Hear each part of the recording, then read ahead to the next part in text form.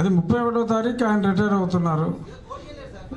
మళ్ళీ కోర్టుకి వెళ్ళినా ఏమవుతుంది, మళ్ళీ వాయిదా వేస్తారు. అంతకన్నా అవ్వదు.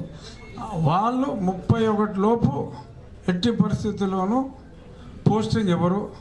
1వ తారీఖు జగన్మోహన్ రెడ్డి గారు వెనక్కి వచ్చిన తర్వాత మీరు ఆయన అడిగితే ఏబి వెంకటేశ్వరరావు ఎవరు నాకు తెలియదే అంటాడు ఆయన. అంతే ఆయన చెప్పేది, అది తెలియదు అంటాడు ఆయన.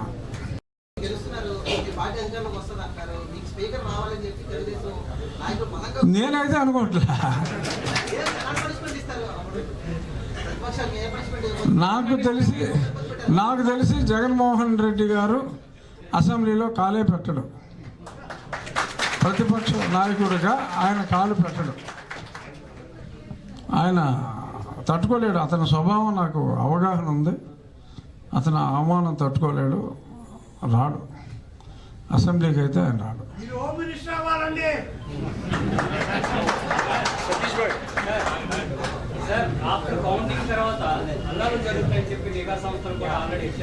అవునండి, గట్టిగా చెప్పారు.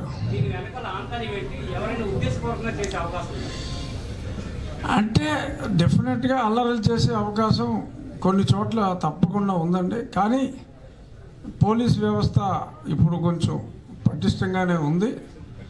అంటే అల్లర్లు చేయాలన్నా కూడా అంటే 12ంటికే ఆ పార్టీ వాళ్ళు పూర్తిగా అల్లరైపోతారు. ఇంకా అల్లరి చేయాలన్నా కూడా ఓపిక ఉండదు అనేది నా అభిప్రాయం.